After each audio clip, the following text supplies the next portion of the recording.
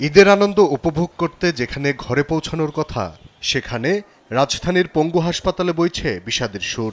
বেপরোয়া গতি, অসাবধানতা আর নিয়ন্ত্রণহীনভাবে বাইক চালাতে গিয়ে স্থায়ীভাবে পঙ্গু হওয়ার ঝুঁকিতে পড়েছেন শতাধিক তরুণ।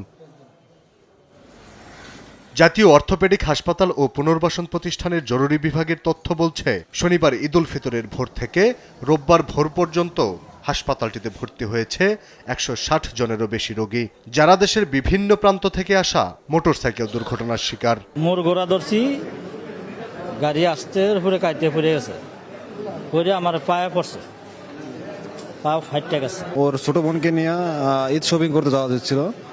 বাসা থেকে বেরোচ্ছে, বাসা বেরোনো পকেট রাস্তায়, হাইওয়ে রোড না, পকেট রাস্তায় আনফরচুনেটলি একটা প্রাইভেট কারের সাথে মুখোমুখি সংঘর্ষ হয়। একমাত্র আরএফএল ক্লাস পাইপ নিশ্চিত করে প্রতি ইঞ্চিতে সঠিক থিকনেস ও সঠিক মাপ। পাইপের বস, না কিনলে লস। আমরা চাইছিলাম পাটা রক্ষা করার জন্য। চিকিৎসকরা জানান, গত ঈদের তুলনায় এবার মোটরসাইকেল দুর্ঘটনায় আহতের সংখ্যা বেশি।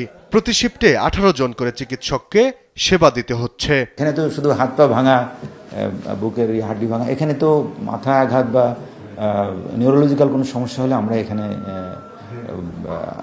লিম্ব ম্যানেজ করে, মানে ফ্র্যাকচার ম্যানেজ করে আমরা নিমসে অথবা ঢাকা মেডিকেলে পাঠিয়ে দিই। ট্রাফিক আইন অমান্য করে ফাঁকা রাস্তা পেয়ে বেপরোয়া গতিতে বাইক চালানোর কারণেই এসব দুর্ঘটনা।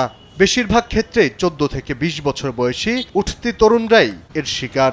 লাগামহীন জীবনযাপনের অসাবধানতাই সারা জীবনের কান্না হয়ে গেল এই মানুষগুলোর ঘরে। আলী আক্কাস, আকাশ, দেশ টিভি, ঢাকা।